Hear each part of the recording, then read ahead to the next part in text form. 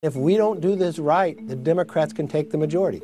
If we play games on the floor, the Democrats can end up picking who the speaker is. Kevin McCarthy's candidacy to become the next Speaker of the House was in trouble before it began. But that doesn't mean McCarthy won't ultimately become the 55th person to serve as Speaker. House Republicans are projected to have one of the thinnest majorities in decades, which means McCarthy can only afford to lose a small handful of votes during the Speaker vote in January. Usually, Speaker of the House candidates must garner 218 votes on the House floor. But that 218 vote threshold could change, depending not only on how many members oppose McCarthy's bid, but also on how they decide to vote and how many don't show up to vote. Members can vote one of three ways: for one of the nominated candidates, for any other individual, even if they were not nominated, or by voting present. If there are no vacancies, absences, or present votes, a candidate for Speaker has to garner 218 votes, or an absolute majority of votes cast for individuals.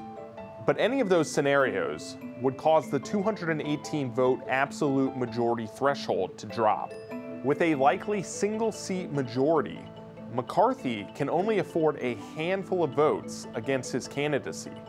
For example, with a 9-seat majority and no vacancies or absences, McCarthy could only afford 4 Republican no votes against him, assuming that no Democrats support him. But if all of the Republicans opposed to McCarthy vote present instead, and there are no vacancies or absences, McCarthy could afford to lose 8 votes and still win the speakership, even with less than 218 votes overall. And in fact, there's a pretty recent precedent for this. Both John Boehner in 2015 and Nancy Pelosi in 2021 won the speakership with only 216 votes. And McCarthy could still become Speaker even if he did not garner an absolute majority of votes cast for individuals on the first ballot. In this scenario, the House would repeat the Speaker roll call vote until a candidate received that absolute majority vote.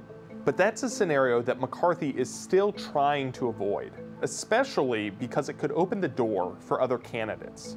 The last time that a Speaker election went to a second ballot was 1923, when it took 9 ballots to elect the Speaker of the House.